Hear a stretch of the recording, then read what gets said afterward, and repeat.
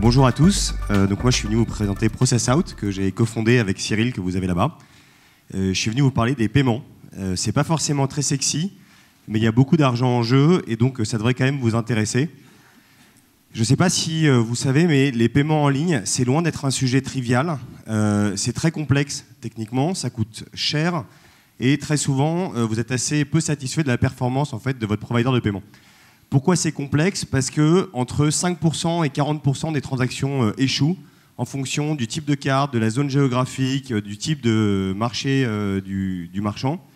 C'est cher parce qu'une transaction, ça coûte en moyenne 1% du chiffre d'affaires en France, ça coûte en moyenne 2% aux États-Unis et ça peut coûter jusqu'à 6% si vous êtes sur certains marchés à risque ou certains types de transactions assez bas où du coup le fee fixe est très élevé.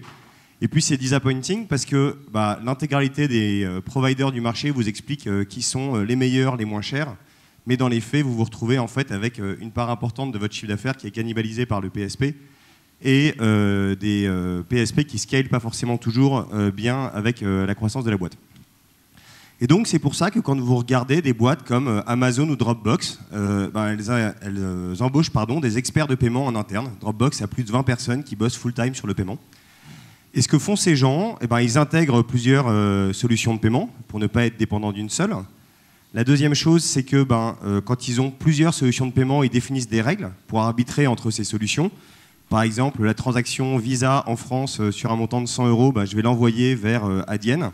La transaction de $80 Mastercard aux États-Unis, je vais l'envoyer vers Stripe ou Chase. Et puis derrière, il y a des analystes qui sont des gens qui ont un profil plus business, qui collectent toute la donnée, la benchmark, l'analyse, et font des recommandations aux développeurs qui ont intégré la solution en disant tiens, au Brésil, il nous faudrait cette solution, ou alors aux États-Unis, maintenant, on a 100 millions de transactions, on va arrêter de passer par Stripe, on va utiliser Chase Payment Tech en direct, ça nous coûtera beaucoup moins cher.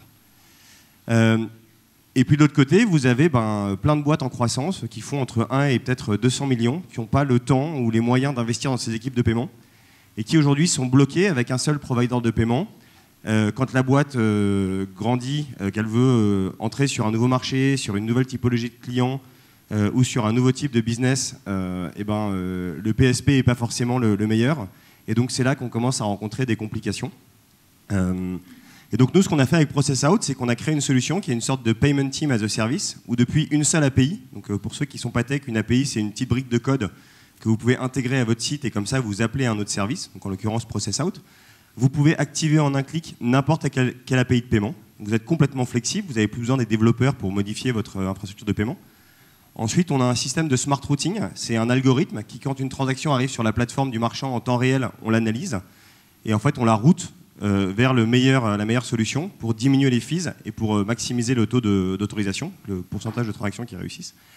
Et puis derrière, on a tout un système de monitoring qui repose sur tous les jolis mots qu'on aime utiliser en ce moment, donc je ne vais pas utiliser, mais en gros c'est de la data, et derrière on benchmark toute cette donnée pour faire des recommandations aux marchands et l'aider à optimiser la performance de son système. L'impact, c'est qu'en gros on baisse les fees d'une 30aine de % et on augmente le nombre de transactions successful d'une 20aine de %. Notre go-to-market stratégie, il est très simple. On a un premier système qui est simplement l'audit et le monitoring. Il n'y a pas d'intégration technique, c'est gratuit. Vous le connectez à votre système actuel.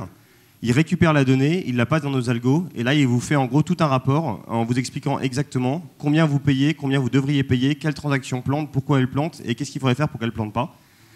Et une fois qu'on vous a montré ça et qu'on vous a montré qu'il y a beaucoup d'argent en jeu, pour quelqu'un qui fait 10 millions de dollars de CA, c'est à peu près entre 100 et 150 000 $ en jeu à récupérer en général, on vous passe sur notre système de smart router.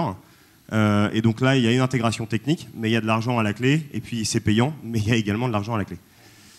On a lancé en janvier 2017, on a plus de 100 utilisateurs sur la plateforme. Vous avez les noms là. On est une équipe de 6 personnes, il y a 5 personnes qui ont un background en computer science. Moi, je bossais avant dans un fonds d'investissement.